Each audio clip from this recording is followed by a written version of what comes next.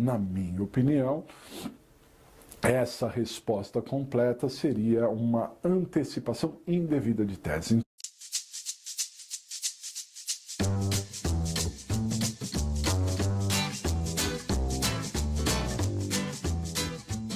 De acordo com o artigo 396, atenção a esse artigo, a citação se dá em 10 dias para poder o réu apresentar, né, a resposta à acusação. Só que esse 396 diz respeito ao procedimento comum ordinário, como de resto é aplicado para todos os procedimentos, mas no júri não.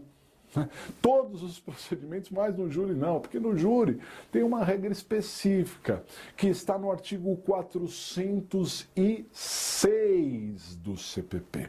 Então, se você tiver que apresentar a resposta à acusação no júri, você não vai usar o 396, você vai usar o artigo 406. Ao observar o artigo 406 do CPP, nós percebemos que a redação do 406 é muito aproximada, para não dizer idêntica, à redação do 396 e 396A do CPP. Então, na bem da verdade, a citação, o réu é citado para apresentar uma resposta. O 406 diz 10 dias, igual diz o 396. O que você pode apresentar nessa resposta à acusação? Tudo. Como assim, professor? Tudo. Tudo. Você pode apresentar no artigo 406 qualquer matéria de defesa. Você pode, o 396 já fala isso, 396A e o 406 também. Então você pode falar do mérito, pode falar de nulidades, pode falar de extinção da punibilidade, você pode falar de tudo, não é? E além de você poder falar de tudo, também a resposta é o momento oportuno para você arrolar testemunhas. Se a acusação, conforme nós vimos no nosso encontro ao vivo, pode arrolar até 8 testemunhas, a defesa também poderá arrolar até 8 testemunhas, né? Nem sempre são 8 que arrola ali, às vezes é menos, ou até é possível mais. Eu disse isso, mas como assim, professor? Há casos muito complexos em que as partes, não só a acusação, mas também a defesa, arrola as suas 8 testemunhas e depois pede, né, para que o juiz ouça aquelas testemunhas excedentes como testemunhas do juízo, em nome do princípio da verdade real. Isso é possível, mas é claro que tem que analisar caso a caso. Em regra, serão até 8 testemunhas mesmo, né? Agora, pessoal, gostaria de lembrá-los que, além de rolar testemunhas, também poderão ser juntados documentos e também poderão ser requeridas diligências.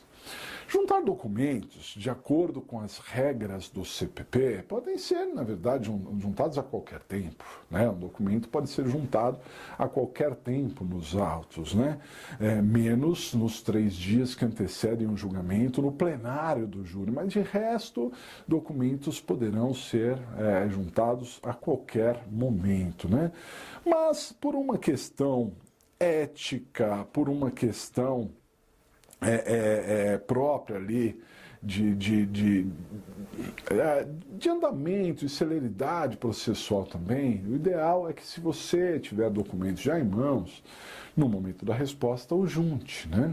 Porque é um momento oportuno, né? Uma apresentação ali da defesa.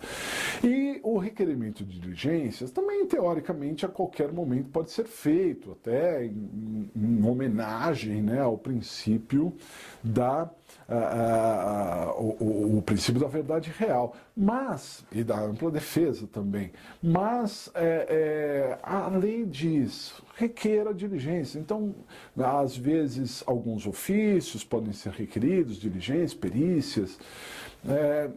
Entendo eu que qualquer diligência que seja impossível. Para que a parte consiga por si só, ela deve requerer ao juízo. Por exemplo, imagine que os fatos se deram próximos a um prédio de apartamentos e que este prédio tenha uma câmera de segurança voltada ali para a calçada. Pode a parte ir até o condomínio e pedir as imagens daquela câmera. Só que o condomínio, ele é um particular, né? Então ele não está obrigado a fornecer ali para a parte.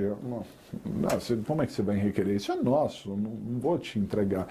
Então, muitas vezes, é necessária uma intervenção judicial, né? No sentido do juiz oficiar, né?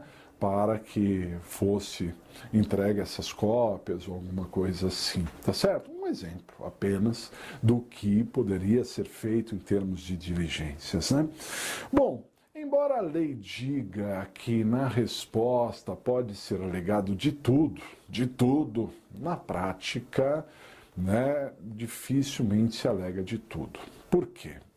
Porque entrar no mérito nesse momento pode significar uma antecipação indevida de teses. Por quê, pessoal? Porque após a resposta no júri, diferentemente daquilo que nós encontramos no procedimento comum ordinário, não há a possibilidade de absolvição sumária de acordo com o artigo 397 do CPP. Veja, há uma parte da doutrina, eu até já falei disso em livro, que entende que poderia ser aplicado o 397, com as possibilidades de absolvição sumária do 397. Isso muito em razão da possibilidade descrita no próprio artigo 594. No artigo 394, 594 está lá na frente, 394, né? que possibilitaria ali essa absolvição sumária do 397. Só que na prática não é o que nós vemos. Na prática o juiz não absolve pelo 397, até porque ao final da primeira fase do júri, ao final da primeira fase, nós poderemos ter uma absolvição sumária que não é a do 397, e sim a do 415, que é próprio do júri.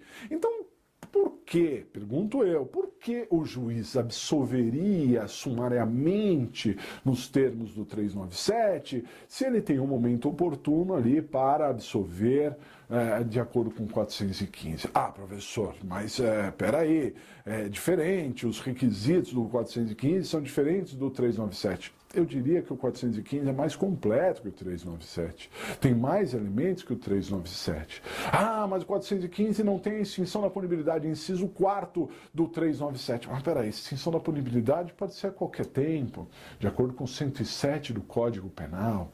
Então, na verdade, o juiz não absolve sumariamente no 397.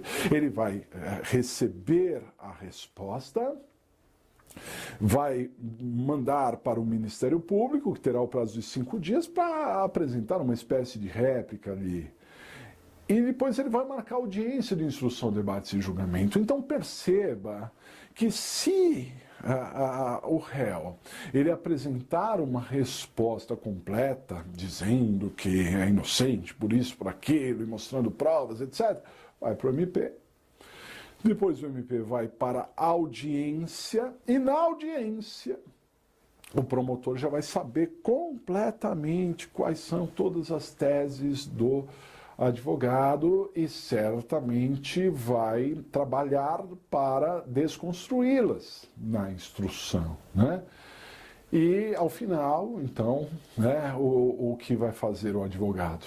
Vai fazer as alegações finais, sejam elas orais ou por memoriais, que nós ainda falaremos aqui, né, nos nossos encontros, e vai pleitear o que nessas alegações finais após a instrução? O mesmo que falou lá atrás na resposta, né?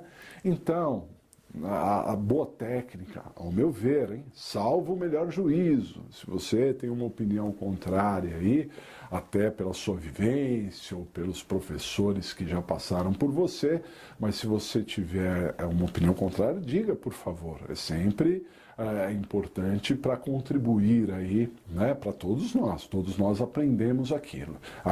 Mas, na minha opinião, essa resposta completa seria uma antecipação indevida de tese. Então você poderia pleitear para apresentar uma defesa ampla ao final, momento em que se provaria a inocência do réu, etc. Né? Para evitar a antecipação indevida de tese. Pode até colocar assim. Ah, professor, eu poderia fazer assim também se eu tivesse na advocacia dativa, se eu fosse dativo ali, né? Se eu fosse nomeado pela defensoria, também poderia fazer assim? Também poderia fazer assim. Não tem problema nenhum em ter ali uma qualidade técnica na sua apresentação. Tá certo?